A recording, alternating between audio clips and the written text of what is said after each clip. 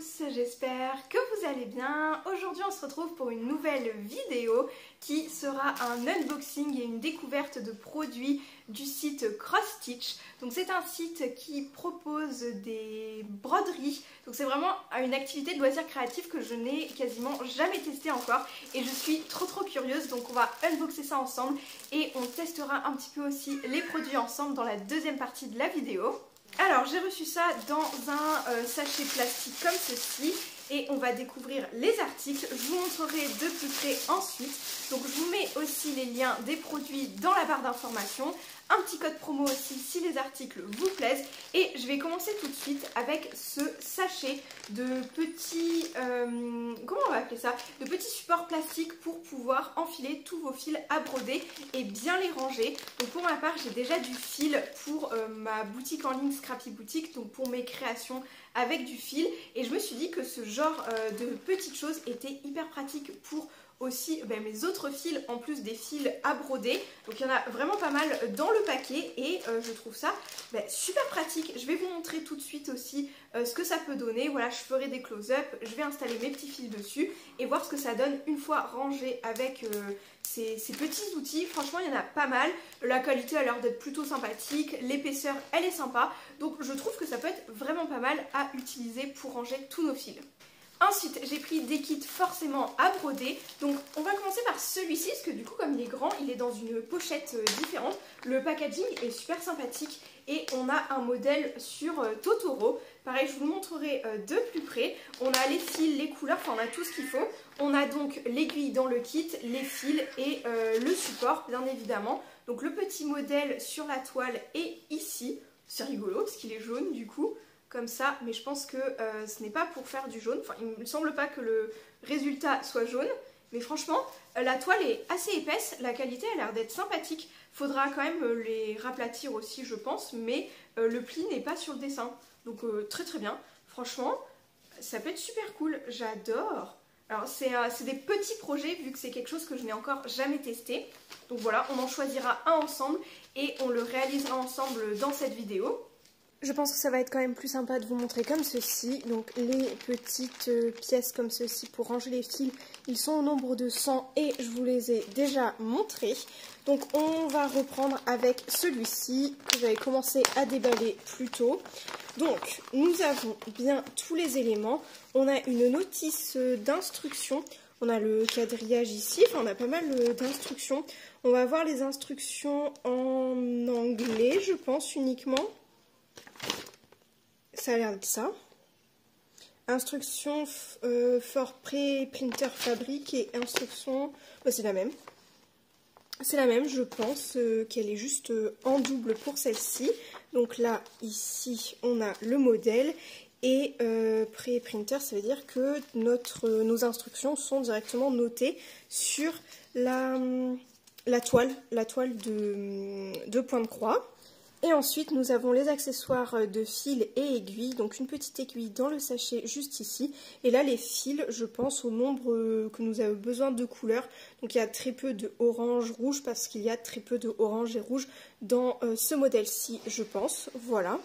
Ensuite, je vous disais, j'ai pris 2 kits plus pour des marque-pages et des petits modèles étant donné que c'est une activité que je ne connais pas encore. On va ouvrir le Harry Potter.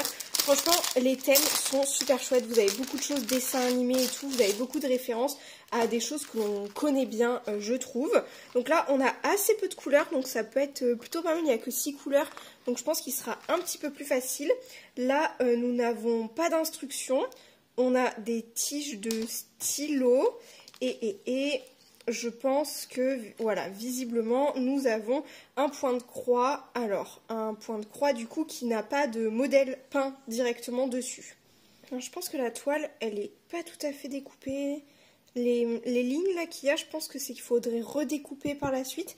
Mais là, on a vraiment quelque chose qui est tout blanc. Donc, je pense que je vais plutôt commencer par l'autre, parce que je vous avoue, comme c'est une activité que je n'ai jamais faite, je ne pense pas me lancer dedans avec un truc tout blanc, enfin avec une toile toute vierge, mais là c'est pareil, on a beaucoup de noir parce que justement sur le modèle il y a beaucoup de fils noirs. On a également le petit pompon pour faire notre base de marque-page. Et ça c'est super chouette, enfin franchement il est plutôt complet. J'imagine que les stylos c'est peut-être pour faire du marquage sur la toile aussi. Après comme on a tous les numéros, si on compte, il y a peut-être moyen de ne rien noter dessus et de le faire, voilà. Peut-être si on s'y connaît vraiment beaucoup et qu'on est très très à l'aise avec cette activité. Mais le résultat, je pense qu'il peut être super sympa.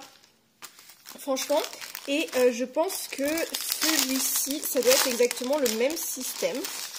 À moins qu'il soit dessiné dessus, je ne sais pas. Non, visiblement c'est vraiment le même système.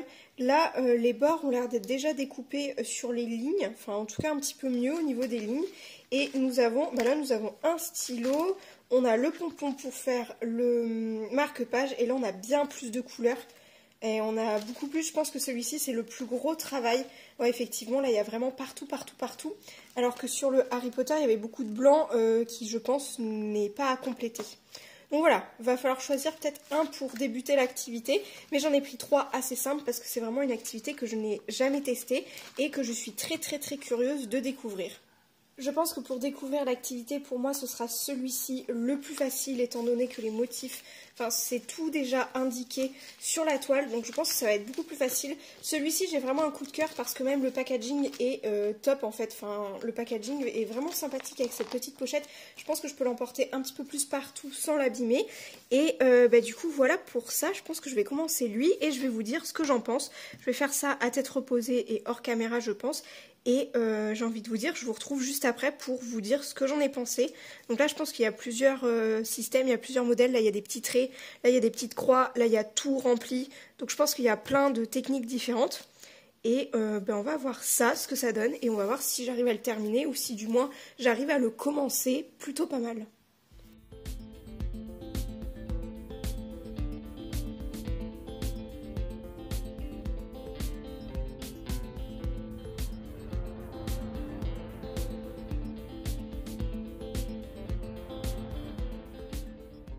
Alors j'ai fait un petit essai par rapport à la première couleur verte, donc je pense que ça peut être une bonne activité à faire devant la télé ou quelque chose comme ça. Donc j'ai appris un point en forme de croix, si j'ai bien compris c'est un des points de base, puis comme ça s'appelle le point de croix, pour moi ça me paraissait logique de faire ce point-ci, et du coup j'ai bien envie de faire toute la réalisation avec ce même point pour un petit peu me familiariser avec la technique. Il me semble étant petite j'avais commencé quelque chose, une activité un peu comme ça, style canevas je crois, et pour les fils je ne savais pas du tout qu'on pouvait les dédoubler pour pouvoir faire des choses beaucoup plus minutieuses. En fait je pense que les fils c'est vraiment les mêmes que ceux du canevas, mais comme ils sont épais on les dédouble afin de faire un petit peu de broderie point de croix comme ceci. Je pense que j'apprendrai quelques autres techniques, mais pour le moment le point de croix classique simple comme ceci me paraît plutôt sympathique. J'ai hâte de continuer. Voici un petit peu ce que j'ai pu réaliser. Je pense que ce n'est pas parfait, mais en tout cas ça ressemble à des petites croix, ça fait des points en croix, donc je suis plutôt contente de moi. Donc voici pour cette vidéo, je pense que certains connaissaient déjà forcément l'activité. Si vous cherchez des kits pour le point de croix, broderie, etc., vous pouvez en trouver sur ce site-ci. Je trouve que c'est plutôt sympa, les tarifs sont très abordables et la qualité est plutôt sympathique. Les toiles sont assez épaisses. Je ne sais pas si c'est un gain de qualité ou pas. En tout cas, le seul petit défaut, ça serait peut-être la livraison qui met un petit peu de temps à arriver. Mais si vous êtes patient, franchement, vous pouvez commander des pépites avec des motifs que je pense que vous pouvez totalement apprécier. Il y a des motifs très Disney, animés, etc. Donc ça peut être bien plus intéressant que certains motifs peut-être dans le commerce classique. Et en tout cas, sur ce, je vous dis à très vite pour de prochaines vidéos ou pour de nouveaux vlogs. Ciao!